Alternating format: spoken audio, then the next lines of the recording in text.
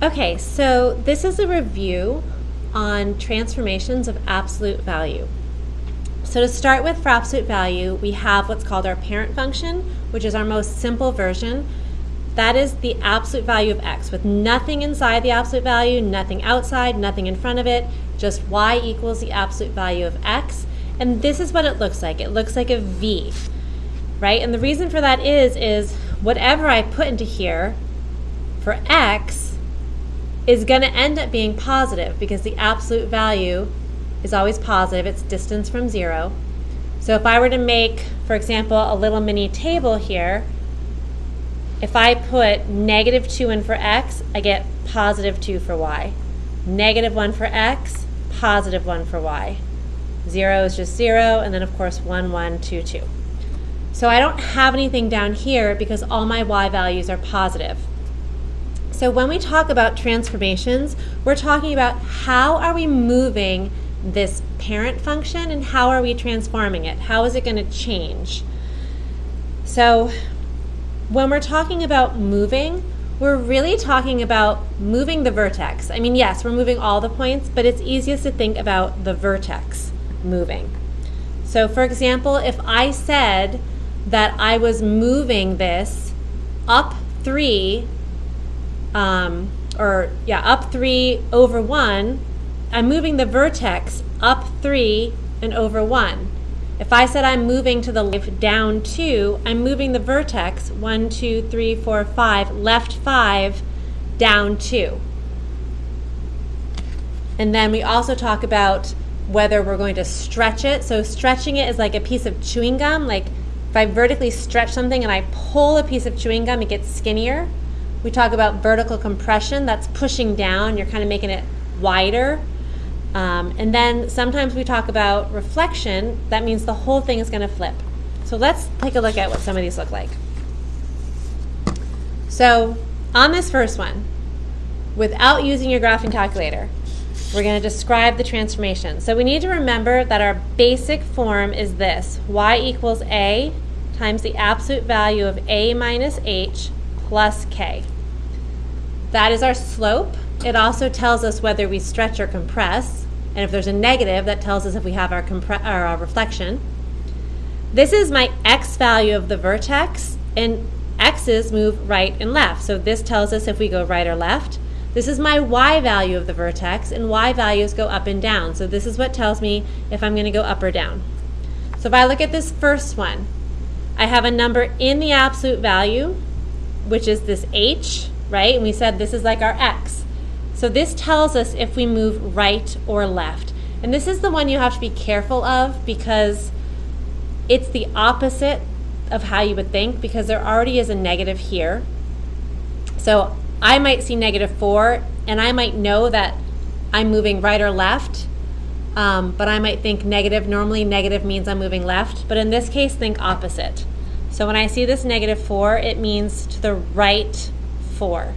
And if I was back on this, that means I'm moving this vertex 1, 2, 3, 4. 4 to the right. So my vertex should be here and nothing else is changing. So if I graph that on my calculator to check, I'm going to go into y equals, let's put our basic one so we can always compare. So my basic parent function is the absolute value of x, and then I'm going to be adding and seeing what happens when I have x minus 4. So when I hit graph, the first one is my basic one, that's my parent function, and you can see it did indeed move to the right 4. So even if you're not graphing these, this would be a great check that you could do.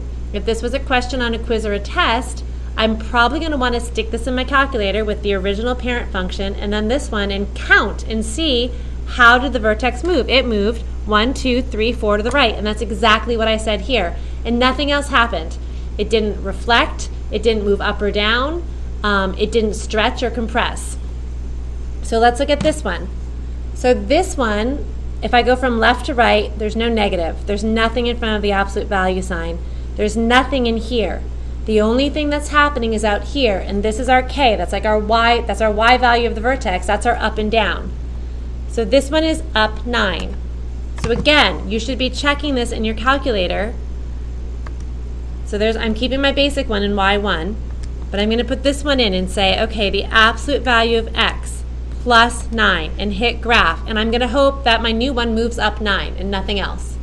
And if you can see, it's way up here, almost off the picture. But yeah, it moved up 9. 1, 2, 3, 4, 5, 6, 7, 8, 9. It moved up 9. That's exactly what we said from doing it this way. All right, number 3. So on this one, I have a number in front. And if the number is bigger than 1, that means it's a stretch. That's like that piece of chewing gum. We're going to stretch it out. It's going to get a little bit skinnier. I have this 1 in here. Remember, this is our x value of the vertex, so this is our right or left. And because it's positive 1, we got to think opposite. It means I'm moving left 1. So when I put this one in my calculator, I should see it be skinnier. My slope should be 2. And I should see the vertex should have moved left 1. So let's check that out. So I've got 2 times the absolute value of x plus 1. Again, there's our original parent function. And yeah, look at that. It moved left 1, and it's definitely skinnier. It's hard to see on this calculator, but if I were to count up, it would be up 2 over 1. My slope is 2. Instead of this one, my basic parent function has a slope of 1. All right, this one, the negative out there means reflection. And then that 3, it's greater than 1, so it's not a compress, it's stretch 3. And then nothing else. My vertex is still at 0, 0. I don't have anything inside the absolute value, and I have nothing after it. So let's see what that one looks like on our calculator. We've got negative 3 absolute value of x. There's my original.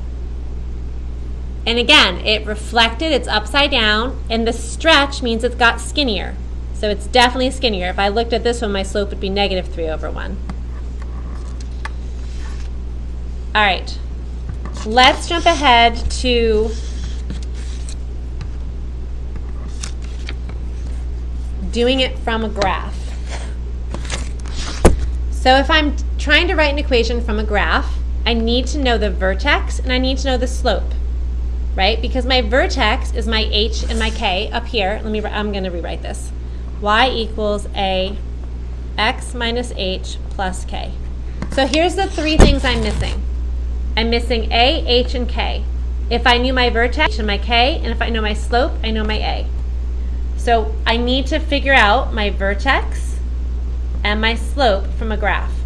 So if I look here, my vertex is at 0, 3, and my slope up 1 over 1, up 1 over 1. My slope is 1.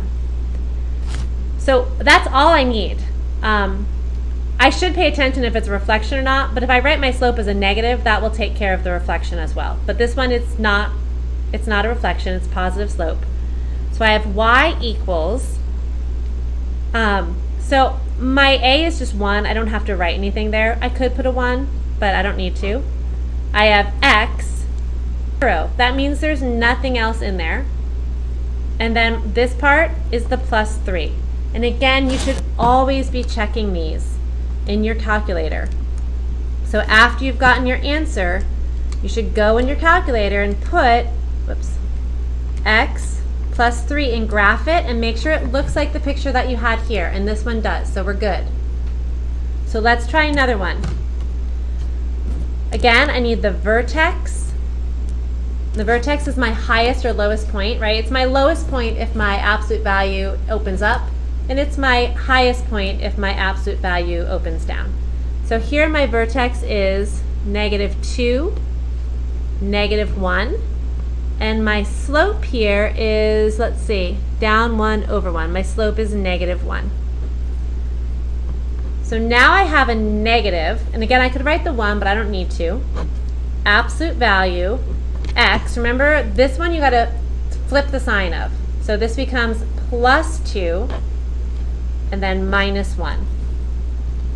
And again, put in your calculator and check and make sure. So minus the absolute value of x plus 2 minus 1, do a quick check and make sure it looks like what your picture looks like here. All right, let's try one more. Again, all you need to do is find the vertex and the slope and plug in your numbers. So my vertex is over here at 4, -5, and my slope, I'm going up 3. 1, 2, 3 over 1. 1, 2, 3. I'm going up 3 over 1, so my slope is 3. So the slope goes in front of the absolute value. Then I have x minus 4 minus 5. Again, this is when you gotta switch the sign. This one, it stays the same. And you're gonna graph this on your calculator and make sure it looks like this picture.